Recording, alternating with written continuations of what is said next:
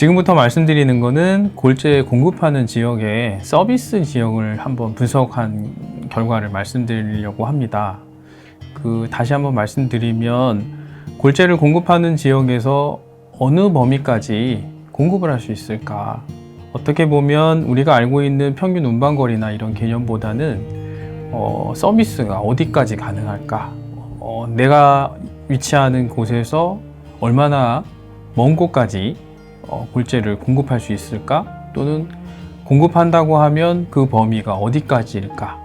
간단히 얘기하면 교통사고가 났을 때 누가 가서 그 지역에 어떤 지점에서 사고가 났을 때 그 지역에 가서 어느 병원에서 앰뷸런스를 보내는 것이 효율적이냐 라는 측면에서 보면 아마 서비스를 좀 이해하기 쉬울 것 같습니다. 그래서 내가 위치한 곳은 고정이 되어 있다고 보고 어느 지역까지를 공급하는 것이 효율적이겠느냐, 그래서 서비스 지역이라는 것들의 개념을 좀 설명드리고자 합니다. 그래서 이런 분석은 여러분들이 마찬가지로 네이버나 다음에서 출발지하고 도착지를 입력을 하게 되면 얼마나 거리가 소요되는지, 시간은 얼마나 소요되는지 등에 대한 정보를 주는데요.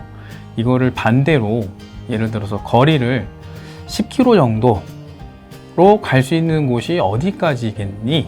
이렇게 다시 저희가 분석을 좀 하는 방법들이 있어요. 그래서 그런 분석을 통해서 골재 회사에서 만약에 10km 반경으로 골재를 공급한다고 할 때 어느 지역을 커버할 수 있느냐, 또 50km 반경까지 공급을 한다고 가정을 했을 때 전국적으로 서비스가 다 고루고루 충족이 되느냐, 이런 것들을 사실은 저희가 서비스 범위라고 해서 분석한 결과들을 가지고 있습니다. 그래서 오늘 말씀드릴 거는 이제 그런 부분들을 설명을 드릴 거고요. 아시다시피 이런 분석이 왜 필요하냐면 골재가 이제 대량으로 소모되고 또 상대적으로 가치가 낮습니다. 부피에 대해서. 그리고 장소 가치가 높아요. 그러니까 어느 곳에 위치하느냐에 따라서 생산이라든가 운반되는 원가에 영향을 받습니다. 그래서 실제 운반하는 비용이 골재 공급에 소요되는 비용에 굉장히 많은 영향을 주기 때문에 이런 서비스 지역이 고르게 분포를 한다면 각 지역마다 어떻게 보면 가장 효율적으로 골재를 공급하는 체계를 갖추고 있다고 말씀드릴 수 있습니다. 그래서 이제 이런 것들을 좀 한번 분석을 해 봤고요.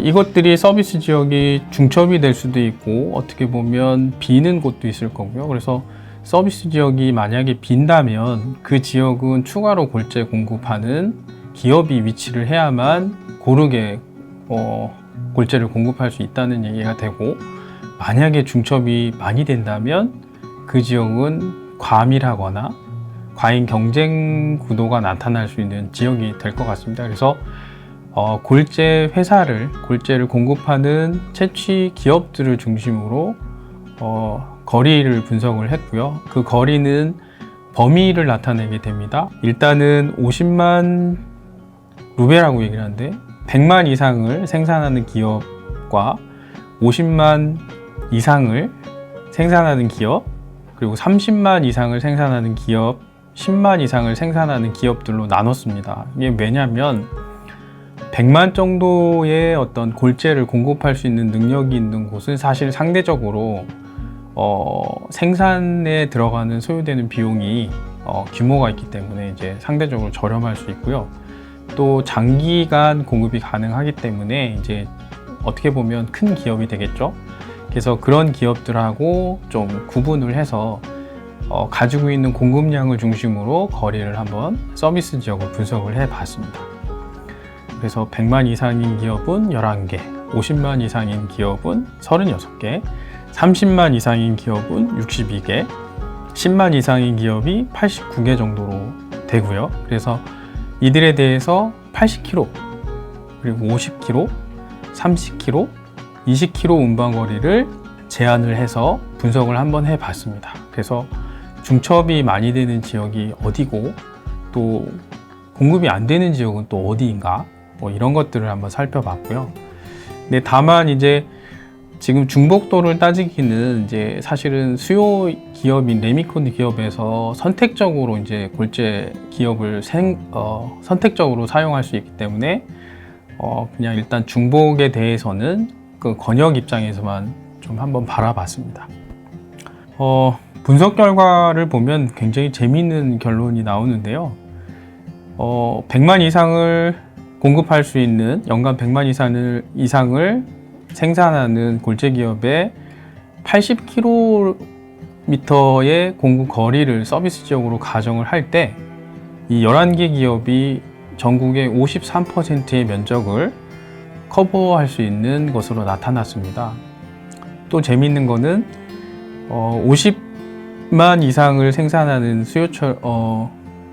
골재 기업을 대상으로 서비스 지역을 분석을 해보면 36개의 기업이 전국의 65%를 서비스할 수 있는 것으로 나타나고 있습니다. 30만 이상 되는 63개의 기업을 가지고 보면 71%, 전국의 71% 지역을 서비스할 수 있는 것으로 나타났습니다. 그리고 마지막으로 10만 이상 되는 89개의 그 골재 채취 기업들이 서비스하는 지역, 골재를 공급할 수 있는 지역은 전국의 60% 정도로 결과가 나타났습니다. 지역별로 보면 강원도와 경기도가 80km 운반거리를 적용할 때 제공 면적의 41%의 면적이 해당되는 정도의 수준이었고, 부산과 제주는 서비스가 불가능한 것으로 나타났습니다. 그래서 첫 번째 상위 11개 기업을 제외한 나머지 그룹으로 보면 제주도를 제외하고는 전국에 고르게 분포를 하고 있는 것으로 나타났습니다. 그리고 재미있는 거는 서울이나 광역시, 경기도 같은 경우는 서비스 면적이, 골재를 공급할 수 있는 면적이 상대적으로 높은 경향이 나타났습니다. 분석 결과에서 굉장히 재미있는 거는 서울이나 세종, 대전, 대구, 광주 같은 지역은 어느 서비스를, 그러니까 어느 그룹에서 공급을 한다 하더라도 100%의 면적이 다 공급이 가능한 지역에 포함이 되는 것이 굉장히 재미있는 사실이었습니다. 다만 이제 강원도 해안 지역을 따라서 분포하는 해안 도시의 경우에는 대부분 이런 공급 지역에서 제외되는, 공급 범위에서 제외되는 결과들이 나왔는데요. 대부분의 경우는 이제 내륙의 교통망을 중심으로 각각의 서비스가 진행되다 보니까 상대적으로 교통망이 조금 적은, 좀 아니면 산악 지역이 많은 그런 지역의 경우는 골재 공급이 상대적으로 이제 제약이 좀 있는 것 같다는 그런 결과를 얻을 수 있었습니다. 수도권을 중심으로 이제 이런 결과들이 계속 서비스가 중첩이 되는 거가 확인이 됐는데요. 그래서 어떻게 보면 수도권은 현재의 서비스 공급 체계 내에서는 거의 모든 그룹에서, 그러니까 범위, 그러니까 골재를 공급하는 기업이 수도권을 공급하는 비율이 수도권 면적의 한 90% 이상, 대부분의 경우는 일반적으로 100%까지 골재를 공급할 수 있는 지역에 포함이 되고 있다는 게 굉장히 재미있는 결과였습니다. 그래서 이런 결과가 의미하는 거는 수요에 대해서는 대체적으로 공급이 균형적으로 이제 관리되고 있음을 저희가 알 수 있었고요. 다만 이제 중요한 거는 그렇게 공급할 수 있는 물량이 있느냐, 요거는 조금 다른 문제입니다. 그래서 물량에 따라서 이제 사실은 운반될 수 있는 범위나 거리가 조금 제한될 수 있기 때문에 사실 이런 서비스는 공급이 가능한 거리를 분석을 했다 뿐이지 사실은 가지고 있는 골재 공급 양에 대한 반영이 안 돼 있기 때문에 그런 부분들을 좀 함께 생각을 해볼 필요가 있습니다. 그래서 이런 부분들을 고민해 보면 실제는 운반이 가능한 거리에 있다 하더라도 공급할 수 있는 물량이 없으면 공급을 하지 못하는, 약간 현실에는 조금 다른 결과라서 그런 부분들을 함께 고려해 볼 필요가 있습니다. 그래서 앞으로 이제 이런 부분들을 조금 더, 이런 방법을 조금 더 개선하기 위해서는 이제 공급량이라든가 또 수요량에 대한 것들을 반영한 정밀한 모델이 좀 개발되어야 되고요. 이런 양적인 부분을 포함한 공급 지역, 공급 범위를 분석하는 것이 앞으로 이제 균형적으로 수요와 공급이 이루어지는 그런 배치를 하는 데 있어서 필요하다라고 생각이 됩니다.